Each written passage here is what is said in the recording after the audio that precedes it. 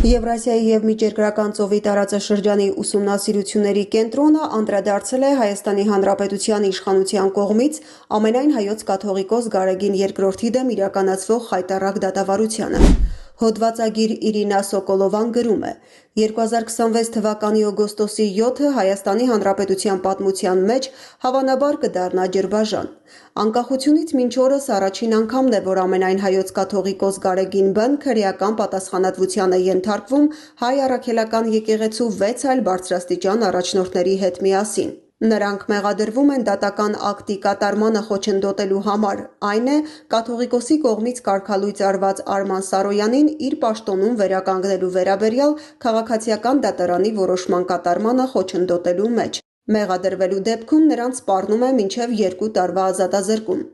Ձևական մեղադրանք է ըստ էության։ Դատավարությունը դիտվում է որպես Նիկոլ Փաշինյանի կառավարության և Էջմիածնի ղեկավարության միջև ամիսներ շարունակ տևած լարվածության հետևանք։ Քաղաքական իշխանության և կրոնական իշխանության միջև եղած անջրպետը 2026 թվականի ընթացքում աստիճանաբար խորացել է։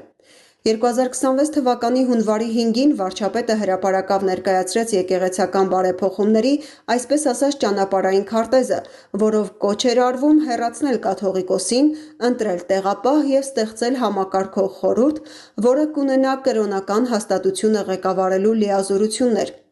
Փաշինյանը բազմիցս կոչ է արել Գարեգին Բ-ի հրաժարականի մասին, պնդելով, որ նա այլևս չի կարող կատարել իր ծառայությունը և Փաշինյանի կուսակցությունը իր քաղաքական նպատակների շարքում ներառել է կաթողիկոսի հեռացումը մինչև 2031 թվականը։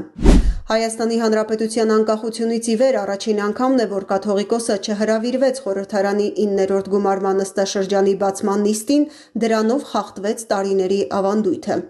2026 թվականի փետրվարին Գարեգին Բ-ին արգելվեց ճանապարհորդել, միաժամանակ տասնյակ քահանաներ և եպիսկոպոսներ ձերբակալվեցին ու ենթարկվեցին քրեական հետապնդման։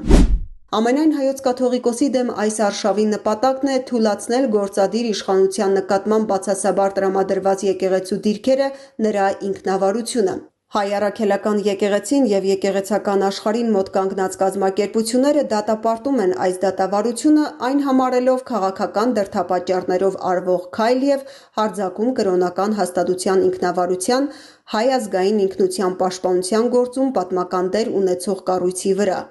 Մի շարք եկեղեցական շրջանակներ ընդգծում են, որ այսպես ասած դատական որոշման կատարմանը խոչընդոտելու մեղադրանքով թաքցնում են պետության միջամտությունը եկեղեցու ներքին գործերին։